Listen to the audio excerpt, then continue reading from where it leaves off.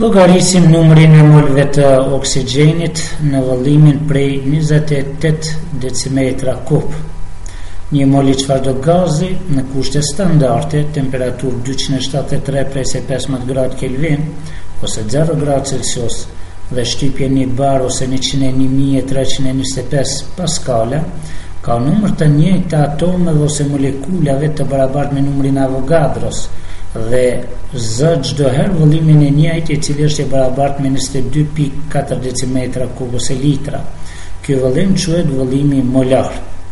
Sasia e substancës pra definohet me hersin e mes të vëllimit të gazit dhe vëllimit molar.